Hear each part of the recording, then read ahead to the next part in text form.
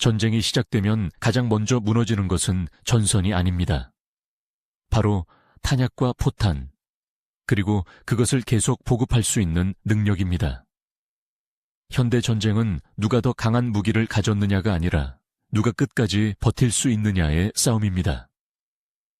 전쟁이 터지기 전에는 동맹을 믿고 필요시 지원을 받을 것이라 확신합니다.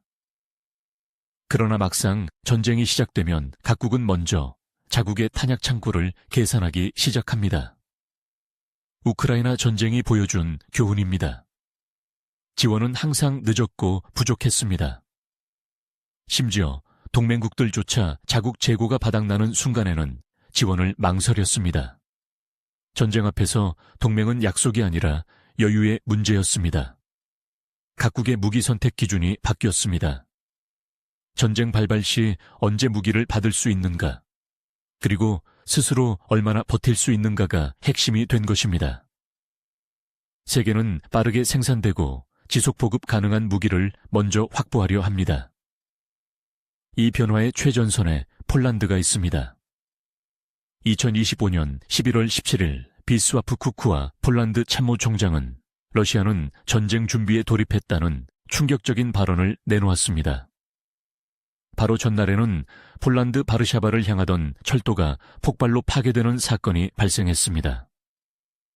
이 철도는 우크라이나의 무기를 수송하는 핵심 물류 동맥이었습니다.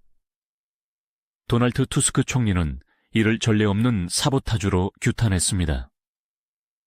폴란드 검찰은 즉시 외국 정보기관이 개입한 테러 성격의 사보타주 수사를 시작했습니다. 이러한 위기 상황에서 폴란드의 선택은 명확했습니다. 바로 한국 무기의 대량 도입과 신속한 전력화였습니다. 2025년 11월 폴란드는 역사를 만들었습니다. 2022년 8월 계약했던 K2 전차 180대가 3년 만에 전량 인도되었습니다. 이는 유럽 방산 역사상 전례 없는 속도였습니다. 비교를 해보면 차이가 더욱 극명합니다. 노르웨이는 독일 로파르트 2 전차를 선택했지만 한 대도 인도받지 못했습니다. 독일은 9년 뒤에나 인도 가능하다고 밝혔습니다. 같은 유럽산 무기인 판저비츠 2000 자주포 역시 계약 3년이 지났음에도 불구하고 여전히 미인도 상태입니다. K라인 자주포는 152문 중 200문 이상이 도착했습니다. 천무의 폴란드 버전인 호마르 K는 2년 만에 깹 26대가 전량 인도되었습니다. 미국 하이마스를 주문한 국가들은 3년에서 5년을 기다려야 했습니다. 폴란드는 이 호마르 K, K리츠 6대로 유럽 최강의 로켓 포병을 구축했습니다. 2022년 8월 27일 마리우시 부아슈차크 폴란드 국방장관은 계약식에서 우크라이나 지원으로 인한 전력 공백을 메워야 했는데 기술, 가격, 도입 시기를 고려할 때 한국 무기 체계가 가장 적합했다고 말했습니다. 폴란드는 절박했습니다. 우크라이나 지원을 위해 자국 무기를 대량으로 보냈지만 그로 인해 생긴 공백을 메울 수단이 없었습니다. 미국산 무기는 대기 기간이 길었고 유럽산은 생산 능력이 사실상 붕괴된 상태였습니다.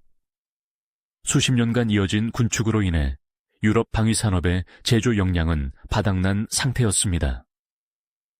폴란드가 필요로 하는 수량을 충족시킬 만한 공업 역량을 가진 유럽 국가는 단 한 곳도 없었습니다. K2 전차는 한국군 납품으로 생산 라인이 활발했고 K9 자주포는 세계 수출 1위의 베스트셀러였습니다. 속도만이 전부는 아니었습니다.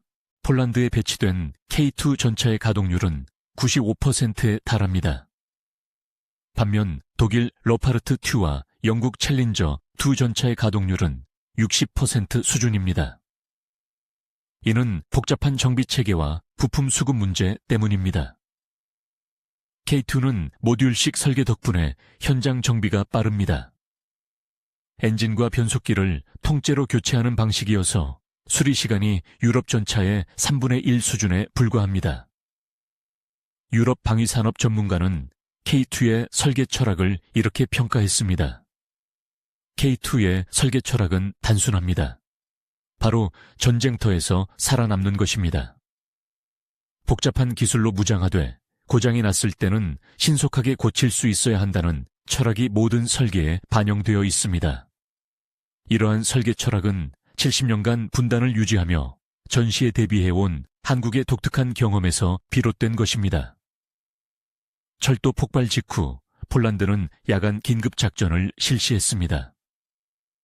K2 전차 수십 대가 러시아 위성 감시망을 피해 최전방으로 이동한 것입니다.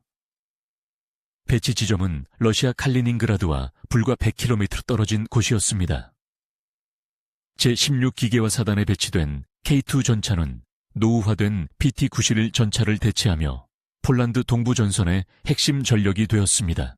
디펜스24의 한 분석가는 이렇게 설명했습니다. K2 전차 배치로 러시아의 전술 계산이 완전히 틀어졌습니다. 러시아는 그동안 우리가 빠르고 우리가 돌파한다는 기동전 우위를 자랑해 왔습니다. 하지만 최고 시속 70km를 자랑하는 K2 전차 앞에서 그러한 우위는 사라졌습니다. 이제는 나토가 빠르고 나토가 돌파한다로 전세가 역전된 것입니다. K2의 전술적 가치는 기동성에만 있지 않았습니다. 유럽 최상급의 센서와 열상 장비, 그리고 사격 통제 장치를 갖춘 K2 전차는 적을 먼저 보고 먼저 조준하며 먼저 타격할 수 있었습니다. 특히 헌터 킬러 시스템은 그야말로 게임 체인저였습니다. 전차장이 독립적으로 전장을 관측하며 다음 목표를 지정하는 동시에 포수는 현재 목표를 타격할 수 있었습니다. 이는 노후화된 PT-91 전차 대비 교전 속도가 2배 이상 빨라진 것을 의미합니다. 천무 로켓포의 배치는 또 다른 변화를 가져왔습니다. 2025년 6월 폴란드는 나토 연합훈련인 노던 스트라이크 25에 호마르케이를 실전 배치했습니다. 훈련 장소는 러시아 국경과 불과 100km 떨어진 핀란드였습니다. 호마르케이는 하이마스보다 더 긴 사거리와 높은 정확도를 자랑했습니다. 12발 동시 발사는 하이마스의 2배에 달하는 위력이었습니다. 사거리 290km의 전술 탄도미사일 CTM-190과 조합하면 폴란드 국경에서도 러시아 영토 깊숙한 곳까지 타격이 가능했습니다. 나토 군사령부 관계자는 훈련 후 호마르케이 등장으로 동유럽 전선의 화력 균형이 완전히 바뀌었다고 평가했습니다. 이어서 과거에는 러시아가 장사 정포와 다연장 로켓으로 압도적인 우위를 점했지만 이제는 전세가 역전됐다고 덧붙였습니다. 폴란드의 이러한 선택은 유럽 전역에 큰 파장을 일으키고 있습니다. 에스토니아는 K9 자주포 도입 후 국방력이 3년간 4배 증가했습니다. 만족도가 높아지면서 천무 로켓포의 추가 도입을 검토 중입니다. 노르웨이는 러파르트2 전차 계약을 후회하며 K2 전차 도입을 재검토하고 있습니다. 루마니아는 폴란드 현지 생산 K2PL 전차 도입에 관심을 보이고 있습니다. 슬로바키아 역시 폴란드와 무기구매 협력 의향서를 체결하고 K2PL 전차 도입을 제안받았습니다. 유럽 방산 시장의 판도가 바뀌고 있는 것입니다. 과거 유럽 국가들은 미국산이나 유럽산 무기만을 선택하는 경향이 있었습니다. 하지만 우크라이나 전쟁은 유럽 국가들의 생산 능력이 한계에 달했음을 여실히 보여주었습니다. 독일 라인메탈사의 연간 전차 생산량은 약 50대 수준에 불과합니다. 프랑스의 넥스터 역시 비슷한 수준입니다. 반면 한국 현대로템은 연간 200대 이상의 전차를 생산합니다. 한화 에어로스페이스는 연간 100문이 넘는 자주포를 생산하고 있습니다. 생산 능력의 차이가 전쟁 지속 능력의 차이였습니다. 전쟁이 현실이 된 시대에 국가들은 더 이상 동맹의 약속만을 믿지 않습니다. 그들이 믿는 것은 바로 지금 당장 손에 쥘 수 있는 무기, 고장이 나도 빠르게 고칠 수 있는 무기, 그리고 탄약이 떨어져도 신속하게 보급받을 수 있는 무기입니다. 폴란드가 한국 무기를 선택한 이유는 단순했습니다. 살아남기 위해서였습니다. 화려한 카탈로그 스펙이 아니라 실제 전장에서의 생존 가능성이 선택의 기준이 된 것입니다. 철도 폭발 이후 폴란드는 준전시 상태로 전환됐습니다. 하지만 국민들은 공포에 떨지 않았습니다. 이미 준비가 되어 있었기 때문입니다. 러시아 국경 100km 지점에 배치된 K2 전차들, 발사 준비를 완료한 호마르K 126대, 그리고 24시간 대기 중인 K9 자주포 200문. 이것이 바로 폴란드가 확보한 진짜 안보였습니다. 동맹의 약속이 아니라 자신의 손에 쥔 무기.